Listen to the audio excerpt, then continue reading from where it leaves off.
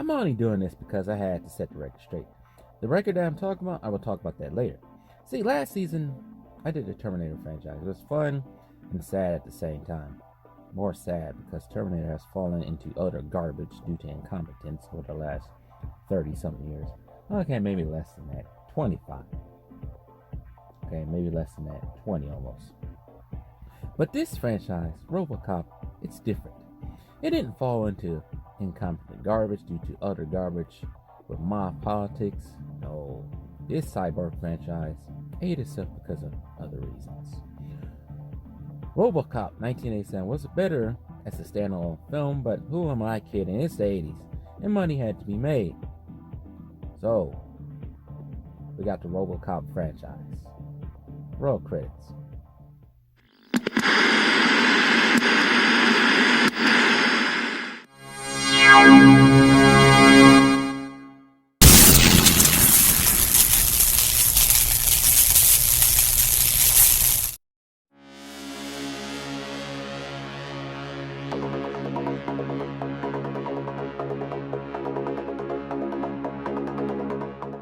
RoboCop was the brainchild of Edwin Neumeier and Michael Miner. Neumeier was taken back by another famous science fiction film called Blade Runner, released in 1982.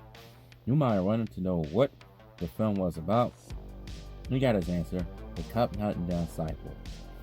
That answer struck an idea for Neumeier, who a few years prior came up with an idea of his own about robots. He tried to get lucky. Eventually he did. Him and Meyer were stuck in the airport terminal with a high-ranking film executive talking about the project. Even before Neumeier saw that Blade Runner poster in 1982, the year before, he wrote a script about RoboCop in a distant future ruled by corporation overlords. But Neumeier had to endure many rejections by studios due to incompetence of the storyline and setting. Meanwhile, Michael Miner was also a music video director, had worked on a similar idea. His rough draft was called Super Cop. But it's provocative. Miner's draft was about a police cop who had been injured and becomes a perfect donor for experiment to create a cybernetic police officer. They combined their ideas. Eventually, Ryan Pictures had caught on by this time. They thought the project was also good since they had a familiarity with human cyborgs in film. The film would find a director, Paul Van Houten, who had been working in the Netherlands at the time, moved to Hollywood in 1984. His first full English language debut film will be Flesh and Blood. It was not RoboCop like some thought. At first, Paul Van Houten hated the script. He was disgusted by the violence. But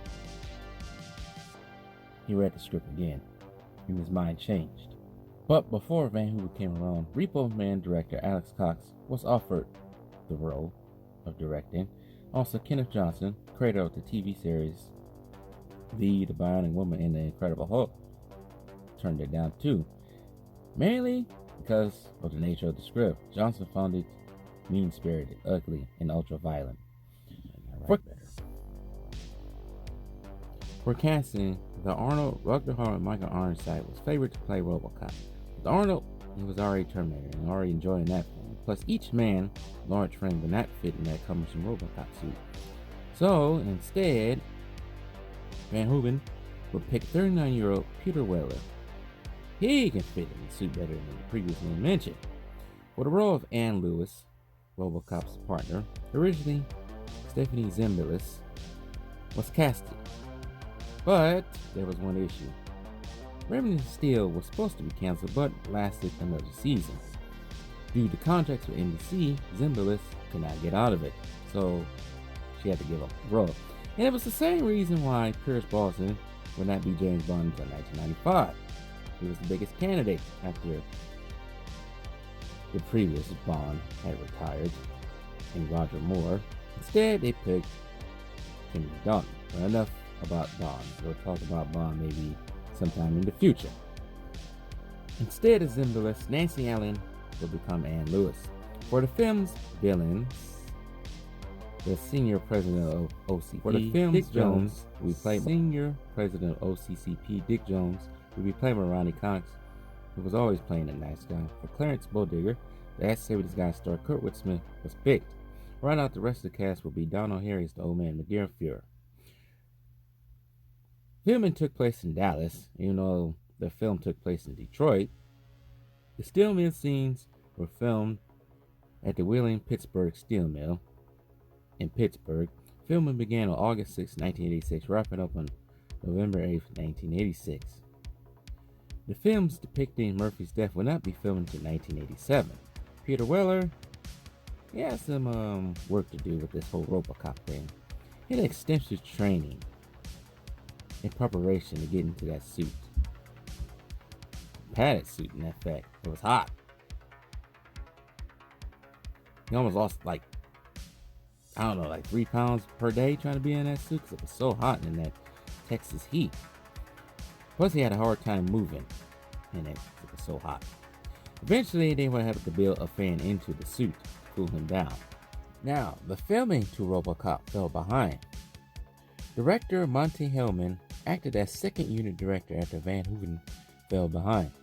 Hellman would direct the scenes which included Murphy and Lewis chasing Clarence and his gang after a robbery, shots of Murphy's house, the exterior, plus a lot of scenes were dealing with Murphy and his family home, plus more scenes with Murphy and Ann. Now, Hellman even stated much of the crew enjoyed working for him instead of working for Van Hooven because it was less stressful. The crew was basically going the horse trying to sign up working with Hellman. Paul Van Hooven hated the idea of a second unit, but eventually the filming caught up to the schedule.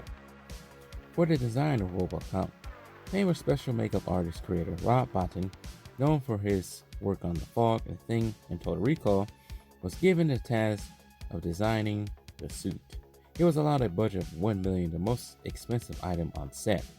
Bottin had sketches already planned, but had to make minor adjustments due to studio asking. Working with creator and director, all three came up with a concept of the suit being an outer shell with showing very little of the actor's face. The suit had to be attached in sections.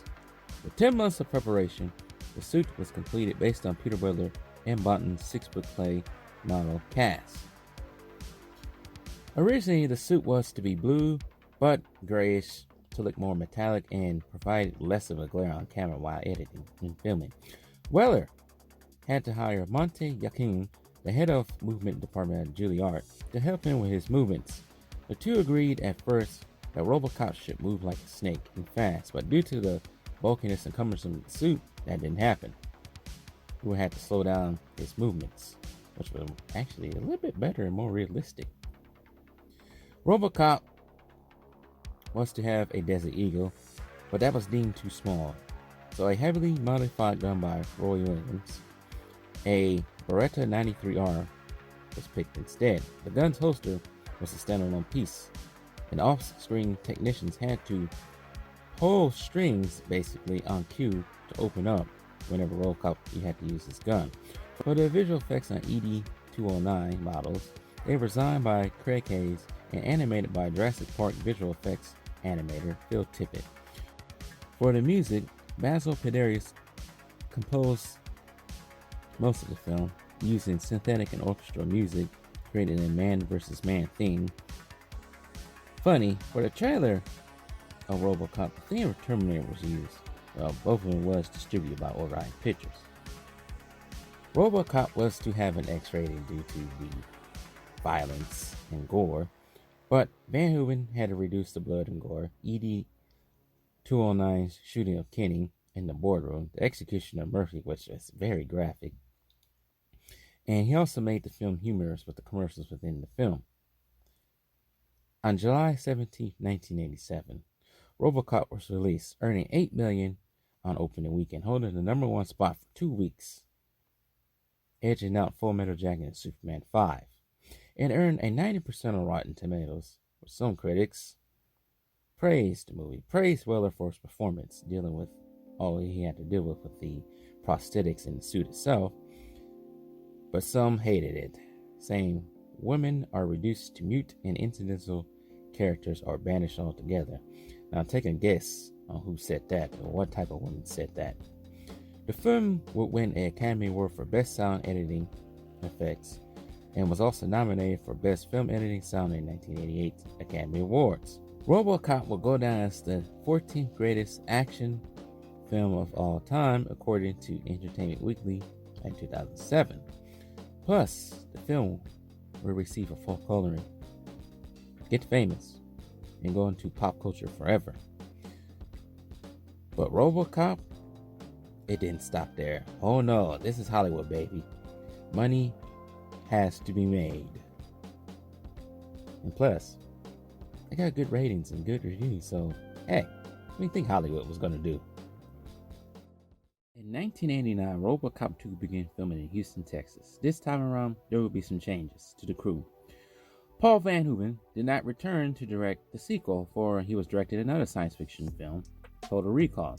Plus, Edward Neumeier did not return in writing the script. But Neumeier and Van Hooven would collab on 1997 Starship Troopers. Instead, RoboCop 2 received for director, Empire Strikes Back director, Irving Kershner, and the story was written by Daredevil writer Frank Miller and Wallen Green.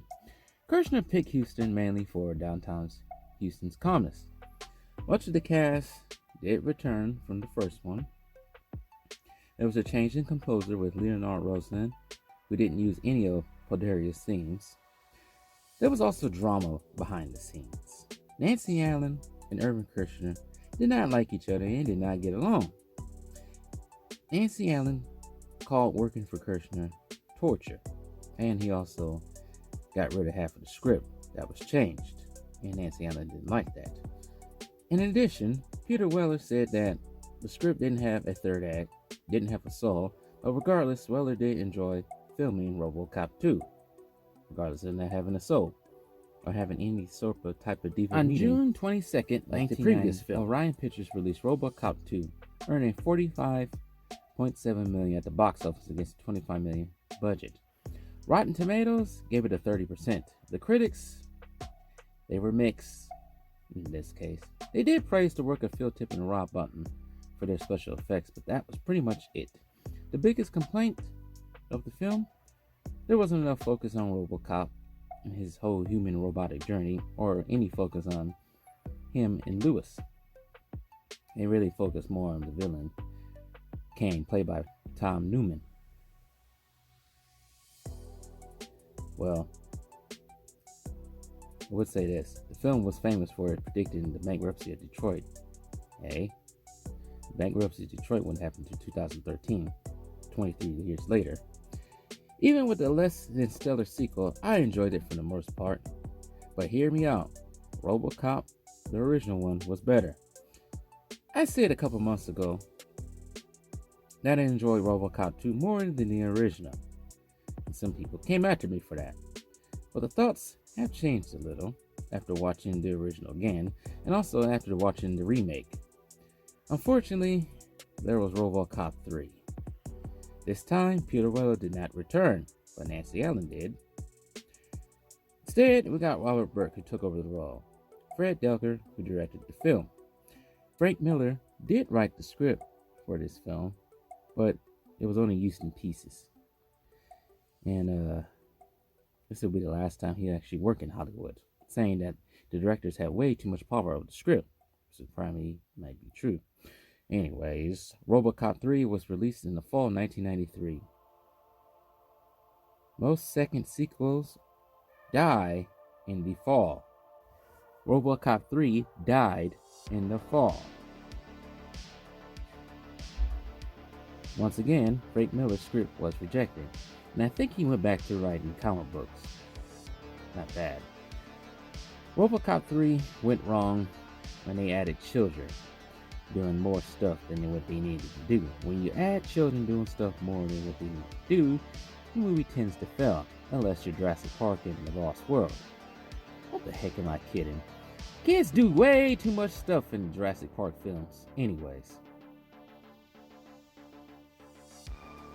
Okay, enough of the pause. I'm thinking. This movie bombed and bombed the critics. But it didn't make me angry. It seemed like it was rushed and a lot of garbage, and you get the point. One of the criticisms of this film was less graphic violence, less dark humor, too many kids jokes, and no Peter Weller. After the RoboCop fad faded away, the franchise did extend to the video game department as well as the comics. One of them, actually, Frank Miller wrote, using his ideas from the unused ideas he had on RoboCop 2 and put them into paper, in comic book form.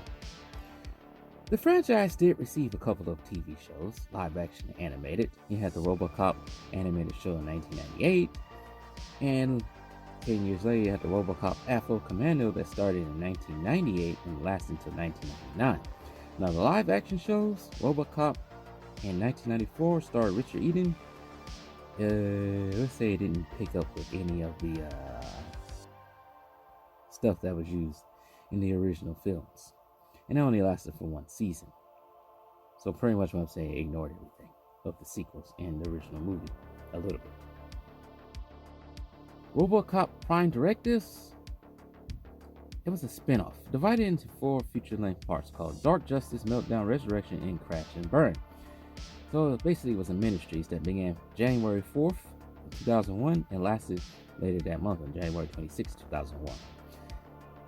Unlike its rival in the Cyborg films, RoboCop didn't really receive too much treatment in the theme park area like Terminator has done. Its only attraction, RoboCop, the ride, a motion simulator created by iWorks Entertainment. It was installed at various theme parks and amusement parks and some casinos lasting from 1995 to 1998. It was a play to ride sort of thing, starting at $5, lasting 4 minutes. The plot: help RoboCop save the mayor of Detroit from the cyberpunk bomb and his gang. The attraction was removed in 1988, and pretty much outside of the comic books, RoboCop was dead in the 2000s, film-wise. I wouldn't say it was forgotten, but for a while, it and Terminator was side by side in the retirement home. But both franchises wouldn't last too long in the retirement home. Hollywood has a thing for reboots, remakes, and sequels that don't make any sense sometimes. Eventually, during the mid-2000s, Screen Gems, a division of Sony Pictures, announced a new RoboCop film in late 2005. Not being attached, the creator himself. But nothing happened. By 2010, MGM met with Darren Aronofsky to discuss the possibility of directing the film. He was hired, but nothing really happened. By 2011, Jose Padilla, a Brazilian director, most notably known for directing the Brazilian crime film Elite Squad, was hired on. Colombian Pictures and MGM would distribute the film in North America, and worldwide, except for the UK, France, Germany, and other places. In those countries, Studio Canal will handle it. So it was on. RoboCop, the reboot, it was on. Stars that attached to the film was Tom Cruise, Johnny Depp, and Keanu Reeves. Seems like everybody wants to pick those these days to star as the RoboCop. Even Michael Fassbender was attached, but had to back out because he was Magneto at the time. Young Magneto. Eventually, stars backed out. We ended up getting Joel Kinnaman as Alex Murphy / RoboCop.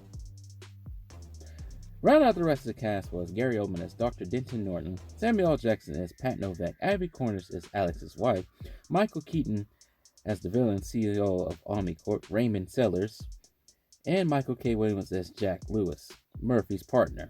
Rob Bottin's original costume was reimagined, most comparing it to Christian Bale's Batman suit. Filming took place in Canada, particularly in Toronto, Vancouver, and other parts of Ontario. It was released on February 12, 2014, earning $242 million, and at the box office receiving mixed reviews but praise for the cast performance, updates, and style. Some didn't like it because of the lack of violence, like the original was. Some didn't like it because of the social issues and human nature that the original had. Now, for one, I didn't really hate this film. I did like the updates with the upgrade, but it felt like any movie that came out around that time over the last 10 years. Generic, middle tier. That's the best way to describe it. Now, I will say this. It's better than RoboCop 3, and they might even edge out RoboCop 2 just a little bit. But that's just me. It's funny. RoboCop's partner was replaced with a man. A black man, which is weird. Couldn't do that these days. Nancy Allen, who played Ann Lewis, did not like the remake. She said it lacked ideals for movie studios. And it was pretty much tiring, and she didn't really like remakes. And she's not wrong. Probably particularly because her character got changed from a woman to a man also. You gotta think about that too. Now, RoboCop 2014 didn't go down as one of the best movies ever now. Sometimes it's forgotten. Even sometimes I forget. But a year later, it was reported that a sequel was to be made, but it was scrapped. Then, years later, a reboot was discussed, directed by Neil Blomkamp, called RoboCop Returns, was in the works. Blomkamp had been known for his work on District 9, Elysium, and Chappie. Now, the approach to RoboCop Returns was the same approach that Terminator Dark Fate used, where the sequels after Terminator 2 were erased. In this case, RoboCop 3, 2, and the remake. And we know how Dark Fate went. I've two words to say to that. Shite! What's the other one? Shite! But by 2019, Blomkamp backed out, decided to film a horror movie instead. Abe Forsyth was set to direct. And that's where we leave RoboCop right now. Now, hear me out. I always, not so much to complain, but all these reboots and remakes and a chance to erase what came after a certain sequel or a certain movie, which they did in Terminator. I think this is what Terminator franchise and RoboCop franchise should do. Now, RoboCop franchise might be a little bit better off than Terminator, but this is what they should do. Maybe they can make some sequels out, I don't know. But this is what they should do. RoboCop versus Terminator. That's the way to make both of these characters somewhat relevant again, especially Terminator, who has become a laughingstock now. Use whatever you need to do, Hollywood. Use whatever source material. We know some of you writers in Hollywood don't like using source material. It shows in some of the comic book movies, and even Star Wars. But use whatever did he use in the comic books and the video game. Put it together. Just do it. RoboCop versus Terminator. Now, I can't think of a plot right now, other than them just fighting. But do it. This is you. Let's see. I wouldn't say it's the time of the versus movies, but shoot, they have so many ideas they can use for versus movies. When it comes to different characters, they don't use them. Now we got Batman versus Superman, Freddy versus Jason, and now Kong versus Godzilla. Why not RoboCop versus Terminator? There's so many more ideas. I forgot about Alien versus Predator too, but there's so many ideas. And versus. It's zany, it's crazy. It's not so formulated like the MCU. Do it, Hollywood. You can probably make some money off it. But as of now, RoboCop lives on through its 3 movies. There's even a statue in Detroit set to be erected pretty soon in March of 2021 outside the Michigan Science Center. In 2019, Pilaretto did reprise his role as RoboCop in a KFC commercial as Colonel Sanders, and it's very weird. Colonel Sanders, your Kentucky Fried Chicken is delicious. What's the secret recipe? If I told you, I'd have to kill you.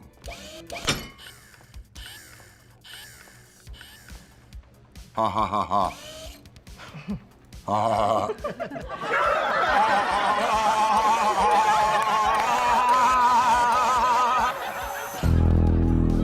like I said, weird. RoboCop has also appeared as an avatar in Ready Player One.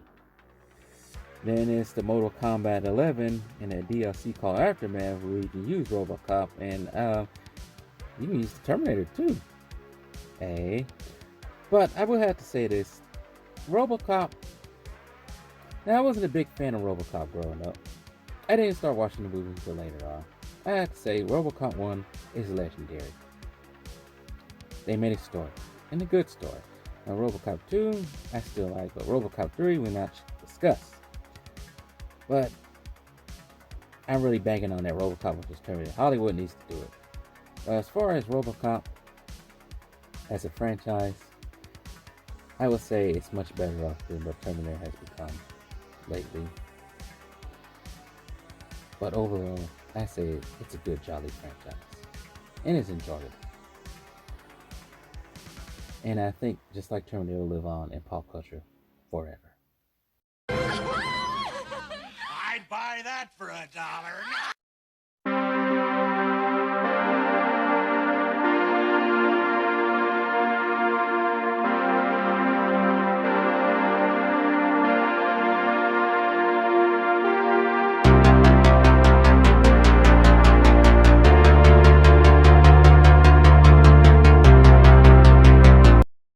Oh, I ain't done yet. So this is pretty much the end of season 2 right here. But season 3, I don't know when it's gonna come back. But I want to give out a big thank you to all the subscribers out there.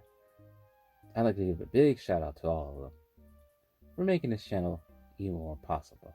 And sometimes I even wanted to quit this channel, but you guys actually sitting there watching these videos, I appreciate it all. And hopefully season 3 I can have some good topics and good stories for whatever franchise I pick for next season. I don't know what it is yet.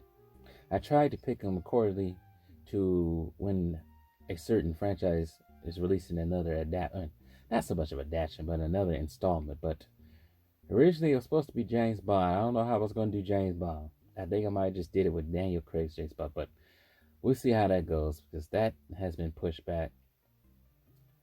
So I don't know what it's going to be like when I return to making these videos, but hopefully it'll be something good. Hopefully it'll be something you guys can enjoy out there.